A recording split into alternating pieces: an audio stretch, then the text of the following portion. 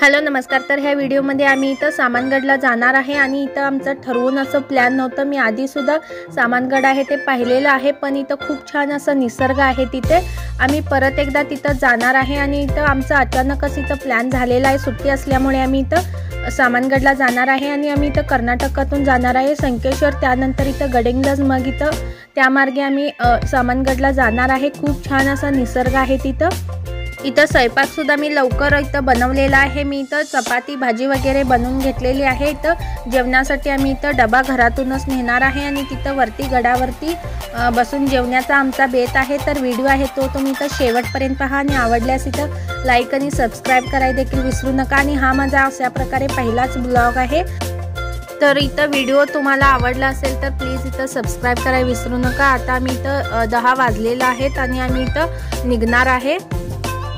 इथं मी, माझे मिस्टर, माझा भाऊ आणि माझा मुलगा इथं आम्ही चौघच इथं जाणार आहे सामानगड पाहण्यासाठी। खूप छान असं निसर्ग आहे तिथं। आम्ही इथं सामानगडपाशी जवळ आलेलो आहे आणि इथं मध्ये आम्ही गाडी थांबवलेली आहे, कारण की इथं जंगल दिसतंय, त्यामध्ये इथं करवंदाची झाडे तसेच इथं फणसाची झाडे देखील आहेत। इथं सामानगडावरती जाते वेळी इथं खाली एक मंदिर आहे, त्याचं नाव आहे भीमदेव मंदिर आहे। तिथं आम्ही थोडा वेळ थांबून तिथं आम्ही दर्शन घेऊन मग इथं वरती गडावरती निघालेलो आहे।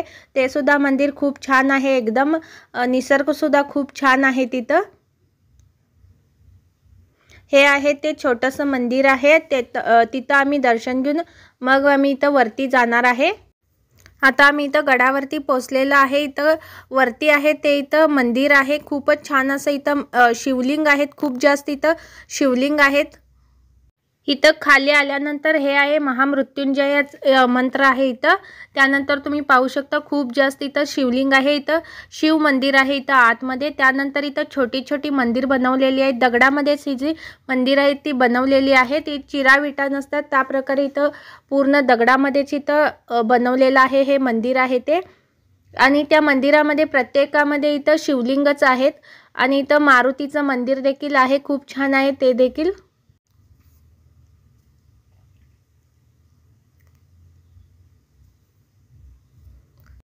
इथं मंदिरामधूनच इथं वरच्या बाजूला असे पायऱ्या आहेत आणि त्याच्या पलीकडे इथं मंदिराच्या पाठीमागे बैठक आहे, तिथे लक्ष्मण बैठक आहे, तसेच इथं राम बैठक सुद्धा आहे। इथं खाली गेल्यानंतर आपल्याला दिसतं ते, आणि त्याच्या खाली पूर्णपणे असं जंगल आहे आणि इथं कच्चा रस्ता गेलेला आहे जंगलामध्ये।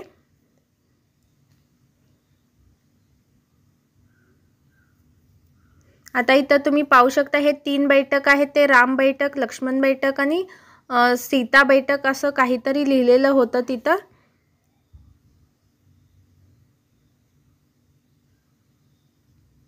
आणि हे आहे इथं शिव मंदिर आहे, हे आतमध्ये अशा प्रकारे मंदिर आहे। एकदम शांत असं तिथं वातावरण आहे, निसर्गरम्य वातावरण आहे।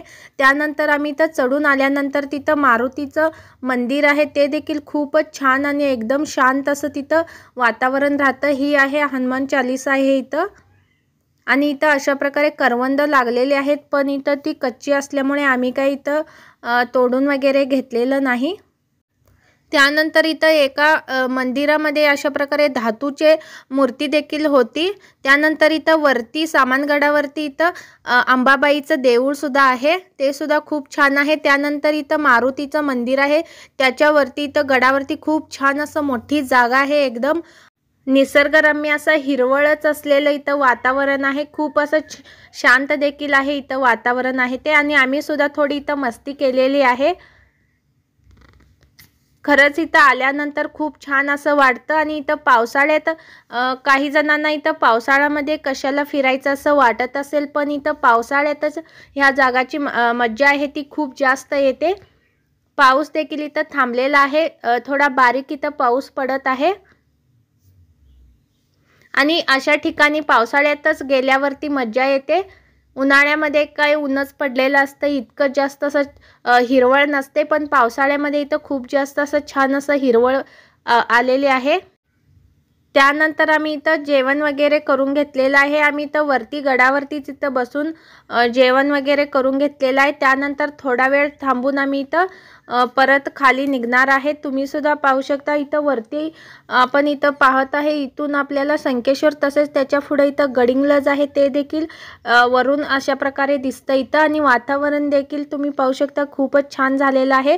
पाऊस देखील पडणार आहे, पावसाचं वातावरण इथं झालेलं आहे।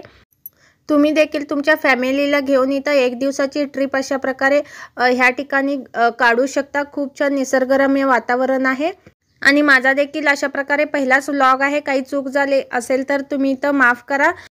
इथं वरती इथं धर्मवीर प्रतिष्ठान इथं झेंडा लावलेला आहे, अशा प्रकारे इथं झेंडा वरती लावलेला आहे। आणि इथं आम्ही थोडं इथं फोटो वगैरे काढलेला आहे। त्यानंतर आम्ही परत इथं घरी जाण्यास निघणार आहे। तुम्ही सुद्धा इथं एक दिवसासाठी स्वस्तात इथं मस्त इथं ट्रिप करू शकता आणि एकदम छान असं इथं निसर्ग आहे ते सुद्धा तुम्ही इथं पाहू शकता। आम्ही इथं काही फोटो सेशन केलेलं आहे, त्यानंतर आम्ही घरी जाण्यास इथं निघणार आहे। तर व्हिडिओ आवडल्यास इथं लाईक आणि सबस्क्राईब करायला विसरू नका। थँक्यू।